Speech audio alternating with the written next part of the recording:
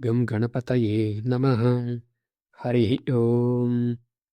వాల్మీకి రామాయణం అయోధ్యాకాండలో శ్రీరాముని పట్టాభిషేక వార్తను వినినంతనే ప్రజల సంబరముతో పొంగిపోవుట, పురమంతయును అలంకారములతో మిరుమిట్లు గొలుపుట గురించి చెప్పుకుంటున్నాం.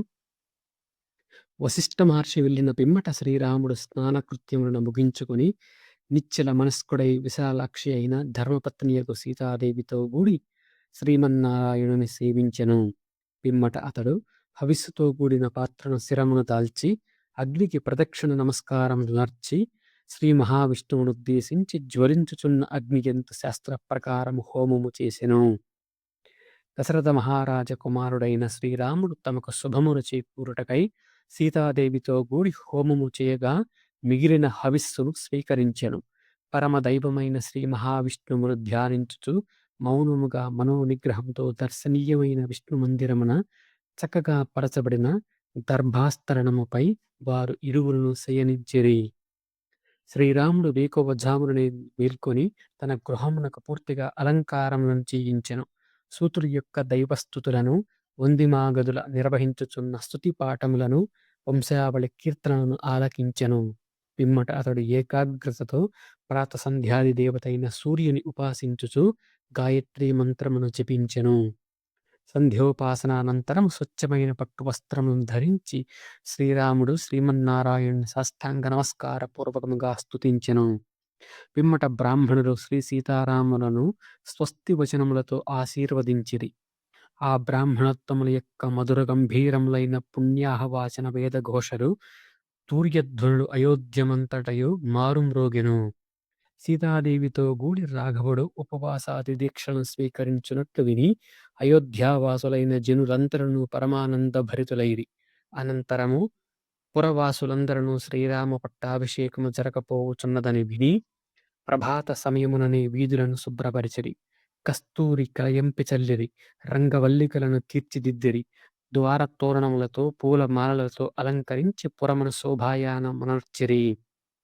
తెల్లని మేఘములచే ఆవృతములైన పర్వత శిఖరముల వలె ఎత్తైన దేవాలయముల మీదను, వీధుల కూడళ్ల యందును, రాజమార్గముల యందును, దివ్య భవనముల పైనను, కోట బురుజుల మీదను, వివిధములకు వస్తువులతో నిండియున్న విక్రయశాలల పైనను, సకల సంపదలతో తులచూకుచున్న శ్రీమంతులైన గృహస్థుల భవనముల మీదను, సకల సభా మందిరముల పైనను, అత్యున్నతములైన అందరికిని దూరము నుండియే కనపడుచున్న మహావృక్షముల మీదను చిత్ర విచిత్రములకు ధ్వజ పతాకములు ఎగురవేయబడెను.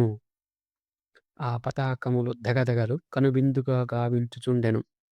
పురమునందలి సమస్త ప్రదేశముల యందు నటీనటులు ప్రదర్శించు చక్కని దృశ్యములను, ఆహ్లాదకరమైన నర్తకుల నాట్య భంగిములను, గాయనీ గాయకుల మధుర గానములను ప్రజలకు చూడముచ్చట గొలుపుచు వీణుల విందు నార్చును. వారి మనస్సులను దోచుకొనుచుండెను.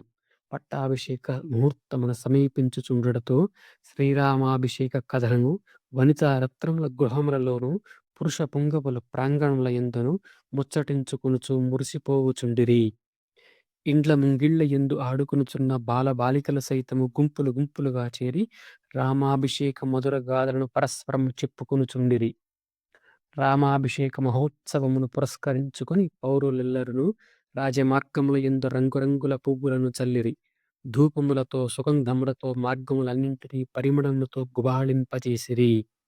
వీణుల యందు అమర్చబడిన వితానములు, పోక చెట్లు, అరటి చెట్లు మున్నగు వాటి నీడలను, చీకట్లను తొలగించుటకు మరియు పట్టాభిషేకానంతరము భద్రగజముపై శ్రీరాముని ఊరేగింపు జరుగుచున్నప్పుడు ఒకవేళ ప్రొద్దుగుంకించు ఆ చీకట్లను తొలగించుచు వెలుగులను విరజిమ్ముటకు అన్ని రాజమార్గముల యందును దీపవృక్షములు వృక్షాకారములో దీపములను ఏర్పరచిరి. పురజనులెల్లరును వైభవోపేతంగా ఇట్టు అయోధ్యానగరమును అలంకరించి శ్రీరాముని యువరాజ్య పట్టాభిషేక సుముహూర్తమును కోరుకున్నచున్నవారై వీధుల కూడళ్ల యందును, సభాభవనముల యందును గుమిగూడి పరస్పరము చర్చించుకొనుచు దశరథ మహారాజును ఈ విధంగా కొనియాడుచుండిరి. ఇక్ష్వాకు వంశమునకు వన్నెలిచ్చిన మహానుభావుడకు ఈ దశరథ మహారాజు తన వార్ధక్యమును గుర్తించి శ్రీరాముని యువరాజ పట్టాభిషిక్తుని చేయుచున్నాడు. ఇది ఎంతటి గొప్ప విషయము! శ్రీరాముడు లోకులందరి సమస్త ప్రజల మంచి చెడ్డలను బాగుగా ఎరిగినవాడు. అతడు మనకు ప్రభువు కాబోచున్నాడు. ఇక అతడు మనకు చిరకాలము రక్షకుడుగా నుండును. మనకు అబ్బిన ఈ అదృష్టము దైవానుగ్రహ ఫలితమే. రఘురాముడు ఏమాత్రము గర్వము లేనివాడు, విద్వాంసుడు, ధర్మబుద్ధి గలవాడు, సోదర ప్రేమకు కుదురైనవాడు, మనలను గూడా తన సోదరుని వలె ప్రేమతో ఆదరించువాడు.